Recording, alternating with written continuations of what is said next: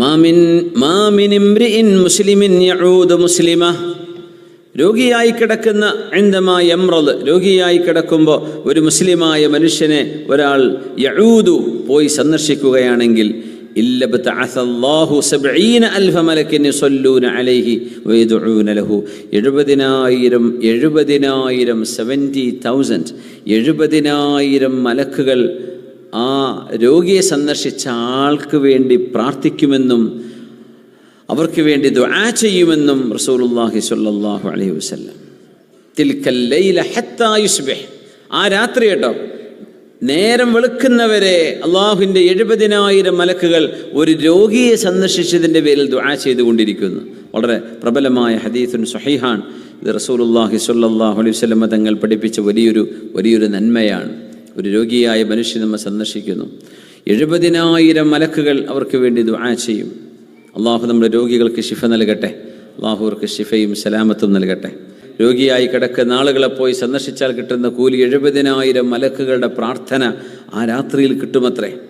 അതുമാത്രമല്ല, സ്വർഗത്തിലെ പഴങ്ങൾക്കിടയിലൂടെ നടന്നു പോകുന്ന പോലെയായിരിക്കുന്നു. ആലോചിച്ച് നോക്കൂ, ഒരു മനോഹരമായ ഒരു ഫ്രൂട്ട്സിൻ്റെ തോട്ടം.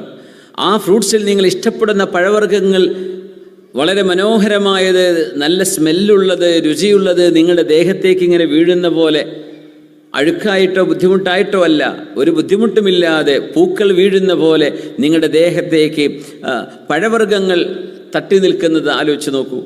റസൂലുള്ളാഹി തങ്ങൾ പറയാണ്, ഇത് ആദ റജുലു അഖാഹുൽ മുസ്ലിം, മുസ്ലിമായ തൻ്റെ സഹോദരനെ രോഗിയായി കിടക്കുന്ന ഒരാളെ സന്ദർശിച്ചാൽ മശാഫി ഖിറാഫത്തിൽ ജന്ന, സ്വർഗത്തിൻ്റെ ഖിറാഫത്തിലാണ് അയാൾ സഞ്ചരിക്കുന്നത് എന്ന് റസൂലുള്ളാഹി സ്വല്ലല്ലാഹു അലൈഹി വസല്ലം. ഖിറാഫത്ത് എന്ന് പറഞ്ഞാൽ പഴവർഗ്ഗങ്ങൾ എന്നാണ്, പറിച്ചെടുക്കുന്ന പഴം.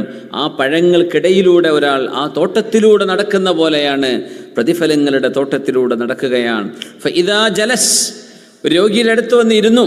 പകർച്ചവ്യാധികളുടെ അടുത്ത് പോയിരിക്കണം എന്നല്ല ഈ പറയുന്നത്. സ്വാഭാവികമായി ഒരു മനുഷ്യന് അസുഖം വരും, സ്വാഭാവികമല്ലേ. ആ അസുഖത്തിന് അവരെ ആശ്വസിപ്പിക്കാൻ വേണ്ടി മുഅ്മിനീങ്ങൾ കൂടെയുണ്ടെങ്കിൽ വലിയ സഹായമായിരിക്കും, അത് വലിയ ആശ്വാസമായിരിക്കും. മുസ്ലിം ഒരു മുഅ്മിൻ ഒറ്റക്കാണെങ്കിൽ അവൻ ദുർബലനാണ്.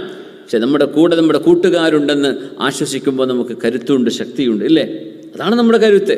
ഒറ്റക്കായി പോവില്ല. ഒരു വിഷമമുണ്ടെങ്കിൽ കൂടെ ആളുണ്ട് എന്ന് ചിന്തിക്കുന്നത് വലിയൊരു ആശ്വാസമാണ്. മനുഷ്യന് അതാണ്. എപ്പോഴും കൂടെ ആളുണ്ടായിക്കൊള്ളണമെന്നില്ല. പക്ഷേ നമ്മളൊന്ന് വീണ് കഴിഞ്ഞാൽ, നമ്മളൊന്ന് വിഷമിച്ചു കഴിഞ്ഞാൽ കൂടെ ആള് ഉണ്ടാവണം. കൂടെയുള്ള ആളുകൾ, അവരെ ഓർക്കണം, അവരെ സന്ദർശിക്കണം. നാട്ടിലൊക്കെ പോവുകയാണെങ്കിൽ അത്തരം ആളുകൾ, ഇവിടെ കൂടെ ഉണ്ടായിരുന്ന ആളുകൾ രോഗികളായി മാറിയവർ കാണും, പോയി സന്ദർശിക്കണം. അള്ളാഹു നമ്മുടെ രോഗികൾക്ക് അള്ളാഹു ശിഫ നൽകട്ടെ, അള്ളാഹു ശിഫ നൽകട്ടെ. ആമീൻ യാ റബ്ബൽ ആലമീൻ.